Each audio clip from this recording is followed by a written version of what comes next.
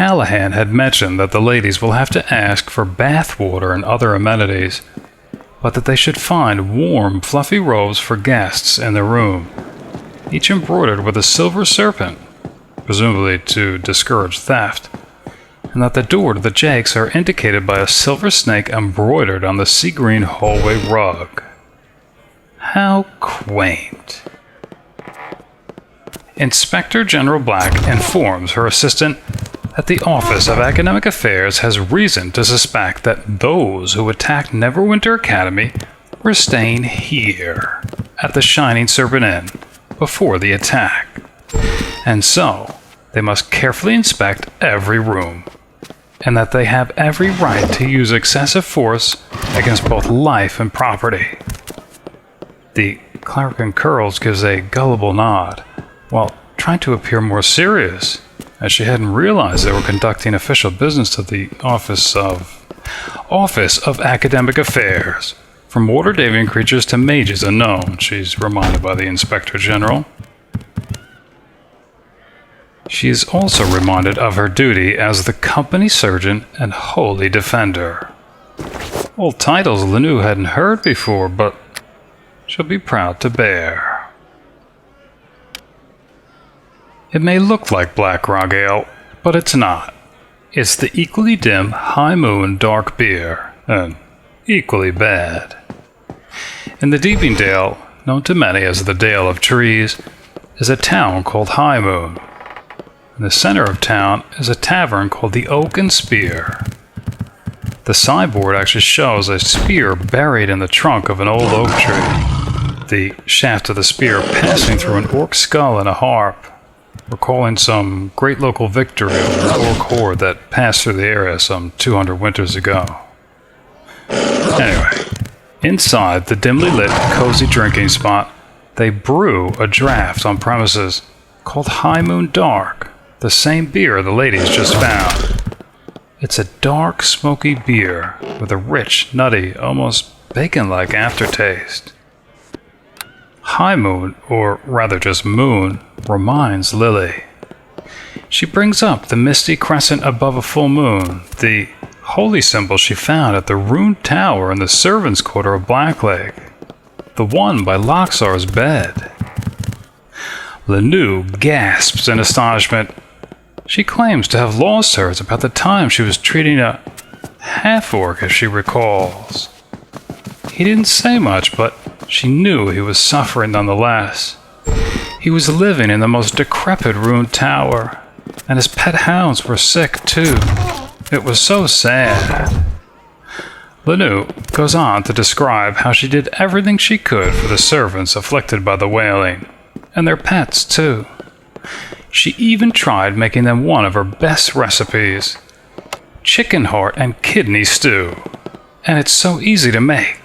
Chicken hearts, livers, a bottle of wine, some lentil, rice, onion, and mush. Lily raises one palm to silence the chef and covers her mouth with the other, and quickly changes the subject. The moon. Things that Lily likes and dislikes, in no particular order. Number 231. The moon.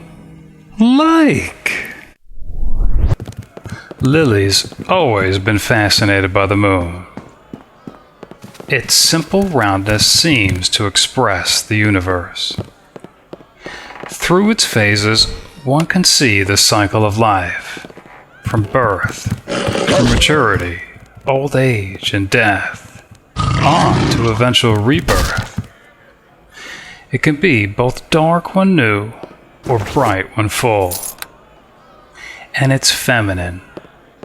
She is the queen of the heavens, whose cycles mirror that of a woman's own.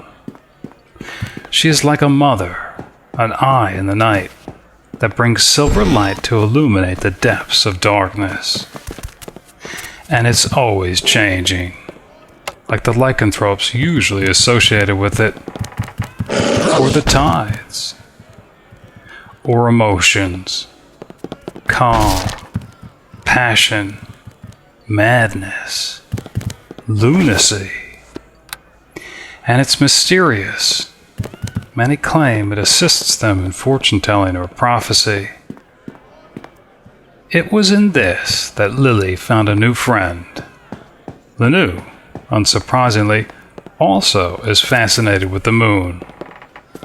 But not just the moon, with other celestial bodies as well. Finally, their room. Lily takes a moment to communicate with Bones. He understands his mistress perfectly. He's to vandalize every other room at the inn. Of course, Lily's familiar with the common celestial bodies one can see with the naked eye. Like the sun, it's not unlike our own sun. Abeir-Toril, or just Toril, the planet on which Lily is on now, takes 365 1/4 days to complete one orbit around the sun. Since the common calendar in use only designates 365 days per year, every fourth year is a leap year, with a 366th leap day added in the form of a holiday called Shieldmeet. The current year, 1372 Dale Reckoning, is actually a leap year, so we'll probably talk more about Shieldmeet when it actually occurs in less than a month and a half from now. And the moon, also known as Selune, it's also not unlike our own moon. It starts as a new moon, then waxes crescent until it's a waxing half moon, then waxes gibbous until it's a full moon, and from there it simply reverses the cycle, waning gibbous until it's a waning half moon, and then waning crescent until it's another new moon. How this cycle corresponds to the common calendar month is up to the DM, really. One moon cycle could be equated with 1 month, which of course simplifies everything, but it would also exclude some interesting events from occurring, like the occasional blue moon, the second full moon in a given month. There is also an asteroid cluster that follows the moon's orbit called, appropriately enough, the Tears of Selune. But what other planets are there? Are there any other planets? There are, at least according to the Spelljammer campaign setting that defines Realmspace. Toril is the third planet from the Sun, about 200 million miles out, and only one of 8 that orbit the star. Others include Anadia, an Earth planet, inhabited by halflings. Coliar, a gas planet, inhabited by avian and reptilian life. Karpri, a water planet, inhabited by aquatic elves. Chandos, another water planet, inhabited by human, dwarf, and orc races. Glyth, an Earth planet, inhabited by mind flayers. Garden, a cluster of asteroids anchored to each other by the roots of a gargantuan plant named Yggdrasil's Child. And Hakatha, a flat disk of water inhabited by beholders. The only ones visible by the naked eye from Toril are its closest neighbors, the red Anadia, the bluish-white Coliar, the bluish-green Karpri, and the brown Chandos. Bonesy gets a curt pat on the head for being such a diligent vandal, and a few splinters pulled from his coat.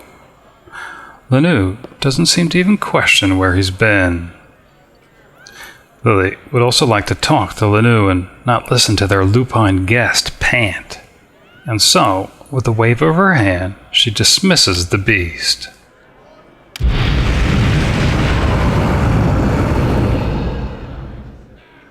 Hey there, dear. What can I do for you?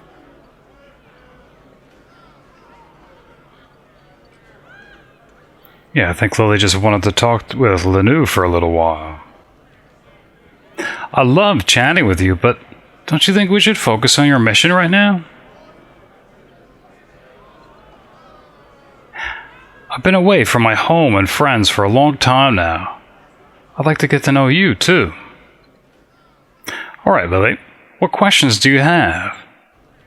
I think she's curious why she left her homeland. You don't start with the easy questions, do you? That is a bit of a difficult question to answer, but I'll do my best. I'd worked in the Temple of the Full Moon in Everesca for about 6 years before I left my home. I loved the peacefulness of the temple. But even there, accidents and tricks of fate made life difficult. It wasn't usually anything big, just me in the wrong place at the wrong time. I don't know why, but I just didn't have any luck. Yeah, Lily's no stranger to bad luck. It's not always bad luck, though. Sometimes I can just be a little gullible. That's what got me into trouble and sent me away from Everesca. I was collecting tithes one day when a heavily cloaked figure came begging at the temple. He looked like a starving child, so I took him inside the inner sanctum to get him some food, and when I came back, he was gone.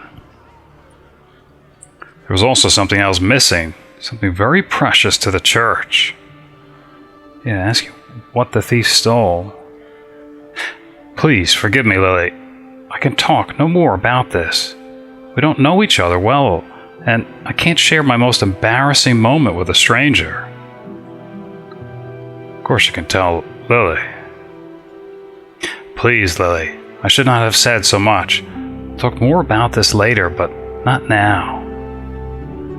Lily finally remembered she had the silver chalice of Sehanine Moonbow, and was about to bring it up, but if Linu's not going to share, then neither is Lily. The ladies change into the warm, fluffy robes of the inn, laughing at the silver serpents embroidered into each. As Lily goes to her bed, she asks her apprised astronomer to tell her more of the sky. Lily smiles as Linu describes comets, nebulas, and constellations she's never even heard of. She almost feels like a little girl again, dreaming with eyes open. And with eyes closed. That night, Lily has a dream. Her dear little Red does the unforgivable. She abandons her mistress and reconsiders her mother's proposition. She seduces and marries Lord Farthingdon, and with a wicked smile no less. And he buys her the Shining Serpent Inn here in Neverwinter. And that traitorous tramp vows to put Lily out of business by increasing hotbite production tenfold. Just then, Linu comes into the room and tells Lily not to worry.